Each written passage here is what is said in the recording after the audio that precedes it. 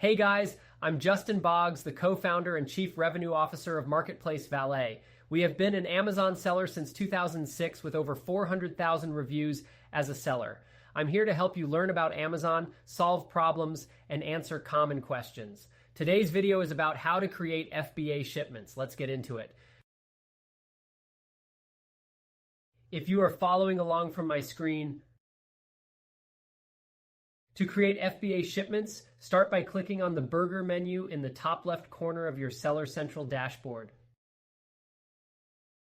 From there, navigate to the inventory option and then select Manage All Inventory. Find the ASIN for the product you want to send to Amazon's warehouse. In front of that product, you'll see a drop-down menu. Click on it and then select Send Replenish Inventory. Make sure your ship from address is correctly entered. This is where your goods are being shipped from, and it's crucial for Amazon to receive your items accurately. If you haven't already, create a packing template. This template will specify important details like how many units fit in each master carton. If your product requires any special preparation, add those details at this stage.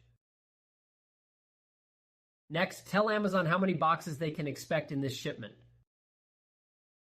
Review all your shipment information to ensure everything is correct, and then click on Confirm Shipment. Once your shipment is confirmed, it's time to print your shipping labels. Don't forget to also print and stick FNSKU labels on each product. These steps will ensure that your products are set up correctly for Amazon's fulfillment process, boosting efficiency and customer satisfaction. If you have any questions, feel free to check us out at marketplacevalet.com. Like and follow us for more helpful Amazon content. Thanks for watching this video.